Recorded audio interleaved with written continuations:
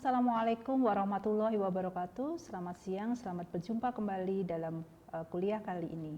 Perkenalkan, saya Dr. Gigi Irma Sofianis, spesialis konservasi gigi yang akan memberikan topik kali ini tentang karies gigi. Pada video-video sebelumnya saya sudah menjelaskan tentang struktur jaringan keras gigi. Nah, pada periode hari ini saya akan menjelaskan tentang struktur jaringan keras gigi yang berhubungan dengan kerusakan pada gigi yang sering kita sebut dengan karies gigi. Apa itu karies gigi? Karies gigi adalah merupakan suatu kerusakan pada jaringan keras gigi di mana terjadi proses demineralisasi dan hilangnya struktur mineral gigi pada struktur enamel, dentin, dan sementum. Ada beberapa istilah yang digunakan untuk mengistilahkan karies gigi, antara lain adalah ada yang disebut dengan tooth decay atau dental decay atau sering disebut dengan dental karies. Dental karies sendiri ada macam-macam berdasarkan lokasi, kedalaman, serta sifat dari karies itu sendiri.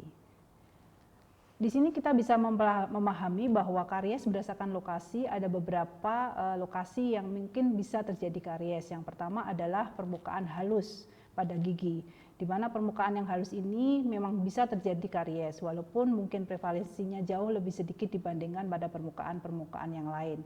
Kemudian adalah karies pada pit dan fisur pada permukaan oklusal. Pada permukaan oklusal yang mempunyai cekungan-cekungan itu akan bisa terjadi suatu kondisi karies gigi. Yang ketiga adalah permukaan oklusal pada gigi atau permukaan kunyah gigi juga merupakan lokasi yang paling sering terjadi karies. Dan yang berikutnya adalah karies proksimal, di mana karies ini terjadi pada permukaan interdental atau proksimal gigi atau di antara titik kontak dengan gigi sebelahnya. Kemudian karies dilihat dari kedalamannya sendiri, kita tahu ada beberapa karies, yaitu yang pertama adalah enamel atau karies enamel, di mana karies enamel itu adalah suatu karies yang terjadi pada lapisan enamel gigi. Kemudian yang berikutnya adalah karies dentin atau dentin karies yang merupakan suatu lesi karies yang terjadi pada lapisan dentin yang merupakan lapisan di bawah enamel. Kemudian yang ketiga adalah karies pulpa, di mana karies pulpa ini adalah suatu karies yang sudah mencapai kedalaman suatu pulpa gigi yang merupakan jaringan yang tervaskularisasi. Kemudian ada istilah yang lain yang berdasarkan kedalamannya, yaitu karies pada koronal, di mana karies ini hanya terjadi pada permukaan mahkota gigi, baik pada enamel, dentin, maupun pulpa. Dan yang berikutnya adalah karies akar atau root karies, di mana root karies ini merupakan suatu karies yang terjadi pada permukaan akar gigi, baik pada lapisan sementum hingga lapisan dentin. Kemudian, karies dilihat dari sifatnya ada berbagai macam. Yang pertama adalah primary karies atau karies primer, di mana lesi karies ini terjadi merupakan lesi karies dini yang terjadi karena perluasan kavitas secara langsung, bukan disebabkan oleh karena adanya tumpatan atau restorasi sebelumnya.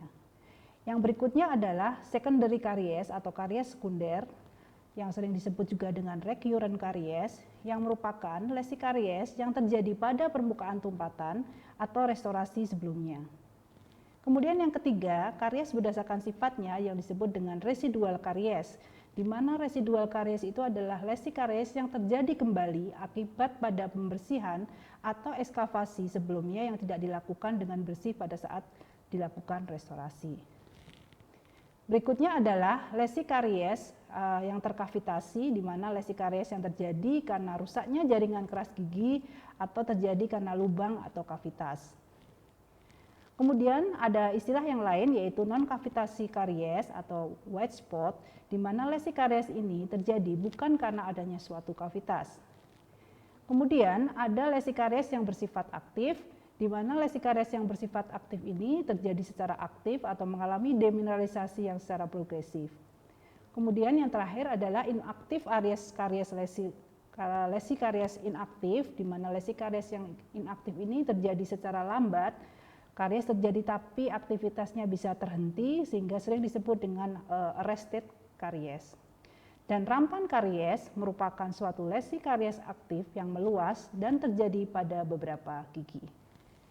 Dapat disimpulkan bahwa karies gigi merupakan suatu kerusakan struktur jaringan keras gigi yang disebabkan oleh bakteri sehingga terjadi proses demineralisasi pada enamel, pada dentin maupun sementum.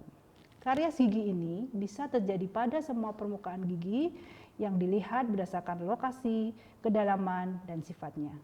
Demikian materi karies hari ini yang bisa saya sampaikan. Terima kasih banyak atas perhatiannya. Sampai bertemu pada materi berikutnya. Wassalamualaikum warahmatullahi wabarakatuh.